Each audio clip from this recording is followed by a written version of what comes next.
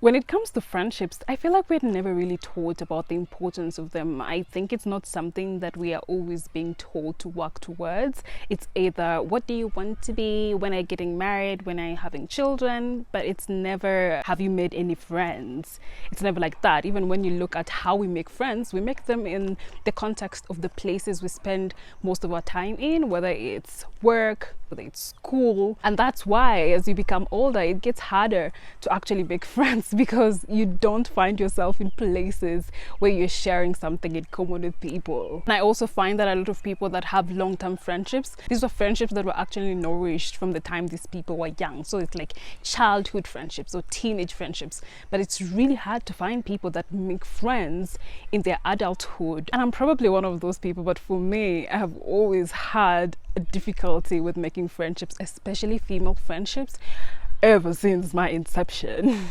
There are several factors to that. One of them is one that appertains my character, me as a human being, and that is not going to change. Then other factors that affected my female friendships before, when I was still following what society was telling me, when I was still conditioned by society. But also after deconstructing societal conditioning, I still find that I'm still struggling with female friendships, and I'm just like, why is that? One of the factors is the fact that I'm an introvert and I'm just okay with being on my own, and I've always found that with a lot of friendships it's an inconvenience for me, and I've actually talked about this in a previous video. You know, friendships with women is all about meeting and having a chat and just hanging out, and most of the time I'm like, I don't want to do that, and then that is misinterpreted. I'm just like, I can't deal with this.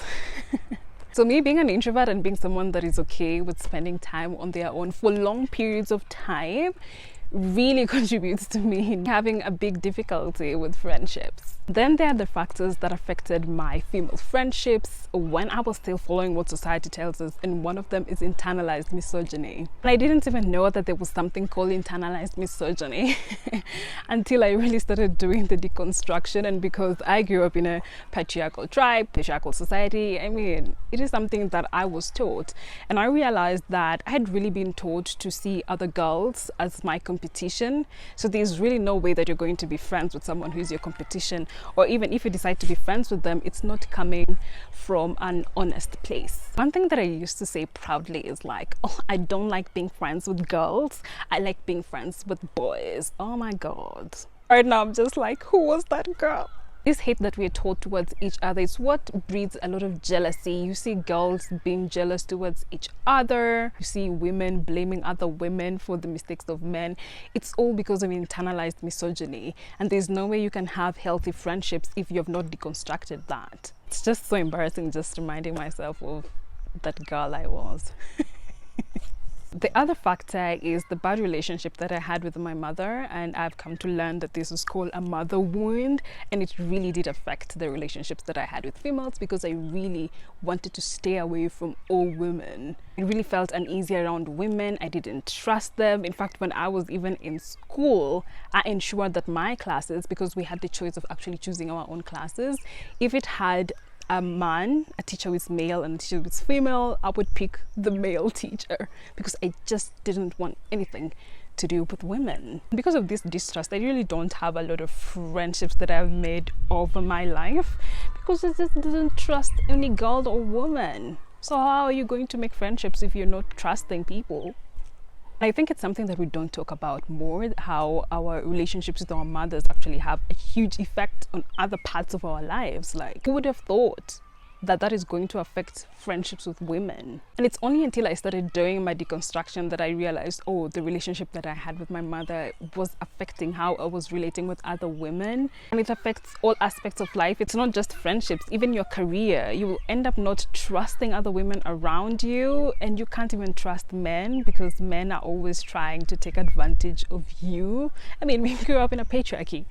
Men don't see women as equal. So if you can't trust men and you can't trust women, it's a miserable life. Part of my deconstruction was really grieving my mother because she died, and she never really told me why she used to treat me the way she treated me. So it wouldn't do me any good to just be like, oh my god, I had a bad relationship with my mother, now I'm going to continue hating other women. I mean, it's not going to help me. So I had to do something about it, and I decided to just heal healing has really helped me to embrace women. It's really funny how healing opens you up. There's a lot of noise, but I'm about to finish it, no? In the past 2 years, I've really been forced to do some aggressive unlearning, and I've had to just come to question everything that I'd been taught in life. And I said goodbye to internalized misogyny, goodbye to mother wounds. But I still found that I'm still having difficulty with forming female friendships. And one of those reasons is because I am really at a different place in my life. I've dealt with my emotional, psychological trauma. I've also dealt with the grief of losing my own mother, and that has really given me a different outlook on life, something that a lot of people my age do not have. Because of that, I find that with a lot of my friends, we just don't see eye to eye on things. For example, a lot of them are always thinking about dating. Conversations are always about meeting men. It's centering men a lot, and I'm just like, that is not something that I'm interested in. I mean, there's so many things in life to talk about than just men. For me personally, I don't see men as a very important part of my life. It's not something that I really think about. I mean, if it happens, it happens. If it doesn't, I mean, it's not something that I'm just sitting down and be like, oh my God, a man. I mean, instead of talking about men, I prefer to actually sit down and look at trees and look at the skies. Yeah, it brings me so much happiness. But it's not wrong for people who think like that, because it's the season they're in their life. But for me, I care about my career. I also care about my contribution to society, to Mother Earth. You know, I care about how I can use my skills and talents to help other people. It's one of the reasons why I started this YouTube channel, to unlearn societal conditioning so that we can really become our best selves. We need that, and I am on that journey, and a lot of them are just not. There's also the fact that for me, as an African firstborn, I never really had a childhood because I was always parenting my siblings. I sort of grew up so fast, and people tell me that I am too smart for my age. I find that I relate much better with people who are older than me, like 10 years older than me, 20 years older than me. But people my age, I'm just like, your brains are, they still need a little bit of maturing. It's a really difficult place to be in because I meet really wonderful people who are my age, who want to be friends with me, but I'm just like, I'm sorry, we can't be friends. The other reason, and I would say this is something that has really majorly impacted my female friendships, is the disappointments that I keep on getting. I remember when my mother passed away, someone that I considered to be a friend told me, hi, I can't come be with you because I have a school event to attend. And at that point I was like, oh wow, so a school event is more important than your friend. And when you actually think about it, I was not being selfish, because what is the purpose of relationships or friendships? I mean, friendships are relationships. If you're not going to be there for someone through their hard times, what's the point?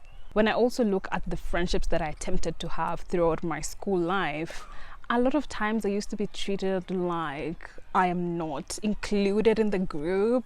I mean, they would make fun of me, they would laugh at me. I was always the person who was being sent around, like the laughing stock of the group. And of course I would see all this and just be quiet, but I'm just like, what's the point of having friendships like this? I mean, if this is what friendship is, I want nothing to do with it. It's funny how people used to make fun of me for not being cool enough, and right now everyone wants to be my friend because I just like being on my own and I am just a vibe. And I know myself and I love myself. Tides turn. I also find myself to be the strong friend. So most of the time I'm always there for other people, and then when I'm going through something, I'm all alone. Because no one really knows how to show up for the strong friend. But it's not really a complaint, because I really enjoy being there for other people. I enjoy being a safe space for other people. You want to talk, come. You want to eat some nice food, come. I will cook for you. Of course, you only have to be a woman. Don't cook for men. And one of the few friends I have actually told me that they feel much better after talking with me than when they do with their therapist. And I was like, yeah, I really like being that safe space for other people. How to show up for a strong friend? One of the ways is just show up, just be there. You don't have to say anything.